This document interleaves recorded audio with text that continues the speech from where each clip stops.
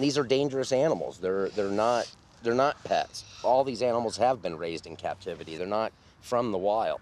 And when they finally turn around and you know that they, are starting to trust you again, to have them, just have them come around, it's just, you can't describe it. It's a great thing. They don't have a voice. They'll never see the wild. If we had to fold, there would be nowhere else for these guys to go. They would have to be put down. Sanctuaries like ours, everybody's full. And so they deserve to have a chance. And that's what our goal is, to try to give as many as we can a chance. Hi, ABC. I'm Joel, and this is my beautiful wife and my best friend, Chemaine. We have a very special and unique family. We have 4 kids, Patty, Kaya, Ariana, and Noah. We also have 24 big cats, Bengal tigers, black leopards, spotted leopards, cougars, servals, lynxes, 6 tortoises, 2 horses, 2 goats, 5 parrots. About 50 venomous reptiles. And we have a deer. In 1998, Joel and Chemaine created the Forever Wild Exotic Animal Sanctuary on their property. They began rescuing neglected and abused animals that outgrew their former homes or were abandoned by their previous owners. The sanctuary served as a stable environment for all animals in need. Forever Wild was pretty much born on a prayer here, and my first initial goal was I just wanted to do educational stuff with animals. As soon as we were licensed with the permits that we have, we just started getting phone calls. Will you take this animal? Will you take that animal? We bought this and it was illegal. Here's an animal that no longer works and we don't need it anymore. We don't want to feed it anymore. A lot of these animals, they end up here because there are people that go to the black market and they think, this animal, if I train it right or if I, love it enough, it'll love me back, which doesn't happen. You can't take the wild out of the cat. My name is Jenny Conrad and I'm a wildlife veterinarian, and I know the Almquist family because they're my clients and my friends. Joel and Chemaine are heroes. They've saved lives of all these animals that have been declawed and couldn't walk, and I've seen them take these animals who've been abused, who are basically so hateful of the world, and they've transformed animals into trusting them again. I remember when we first got Paka and people cut off his toes, but when he came here, we took him to the vet, and then the vet fixed his paws, and he had a good life with Mommy and Daddy. Without the safe refuge the Almquist provide, most of their animals would have no place to go. But their future is uncertain. Because of the rough economy, they have lost their major donors. And Joel has been laid off from his job, and he's had to take part-time work delivering cages. But the family's biggest fear is that they will soon be turning away desperate animals with nowhere to go. It costs us roughly about $4,000 a month. We go through roughly about 1,500 pounds of meat a week just for the cats. We've got a lot of work here, with limited funds, and most of the stuff that I have has been donated, and it's harder and harder to get, especially with the times right now. My name's Jessica Nolan. I come up here once a week to volunteer, and the Almquists have given so much, and all the volunteers that come here every day and work for free, they give a little piece of themselves to keep this place open, and it costs a lot. We're just running out of supplies here, and it's just scrimping and scraping just to make this thing work. In order to keep their sanctuary running, the family sacrifices their own comfort. And as a result, what were minor problems with their home have now become huge issues. The foundation is cracking, floors are caving in, the siding is rotting, and ironically, it's infested by rodents. we have not been able to keep up on all the repairs in the house. That is a very big problem, and we never know, day by day, what else could go wrong. And if we don't get the attention that is needed to take care of our home, we won't be able to be here, one, with our family, and we won't be able to be here to continue our dream in saving the animals. So we really need your help. We are waiting desperately for that knock on the door. Thank you so much. Good morning, Almquist family! Joel, Chemaine, Patricia, Kaya, Ariana, and Noah! Wake up and come on out here! Come on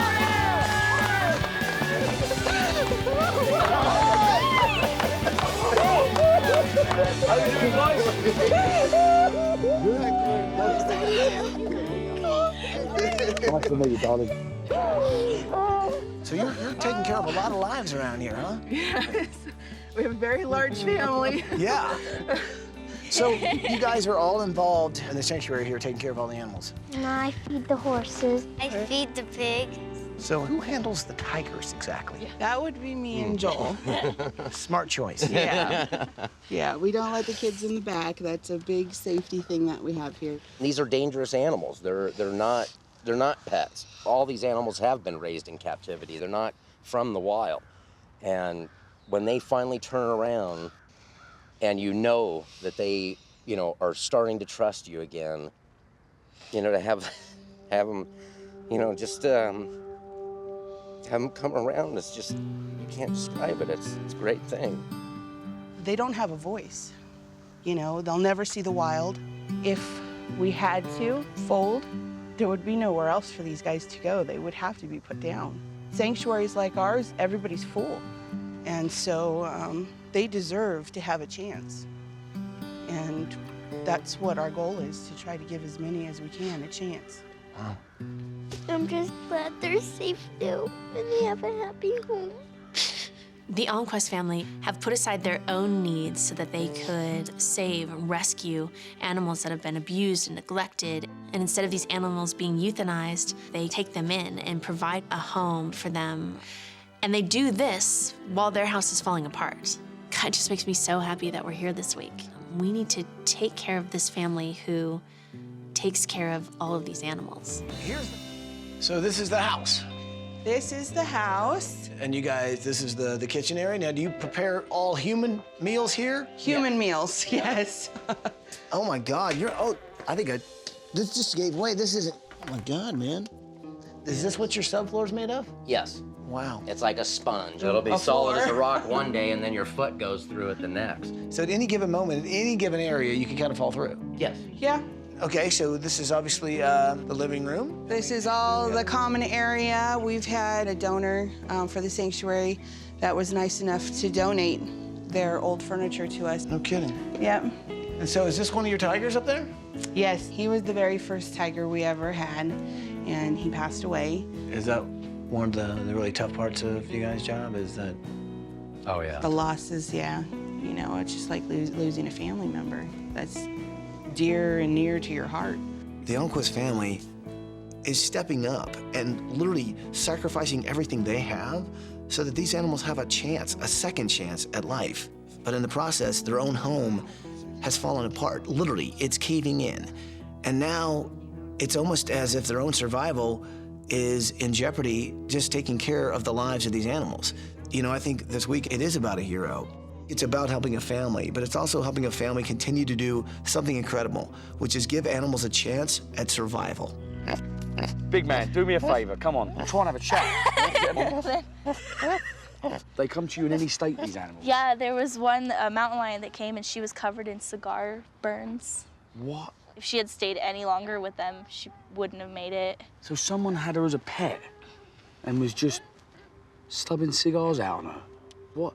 We take them in and we just feel like, they have a home now. So it's, you come in and you're like, well, we're gonna love you unconditionally. And it hurts sometimes when they don't trust us right away, the animals. Do they ever, though? I mean, if you've got an animal that's that hurt... A lot of them do. After a while, a lot of them are like, they are really loving. I just want to go up and give them a good smush on the cheeks. Yeah. But they're about 700 pounds. Yeah. I mean, this is your mum and dad's life. Yeah. Is it fair to say it's your life? I mean, do you want to go into animals when you leave college? What do you want to do with yourself?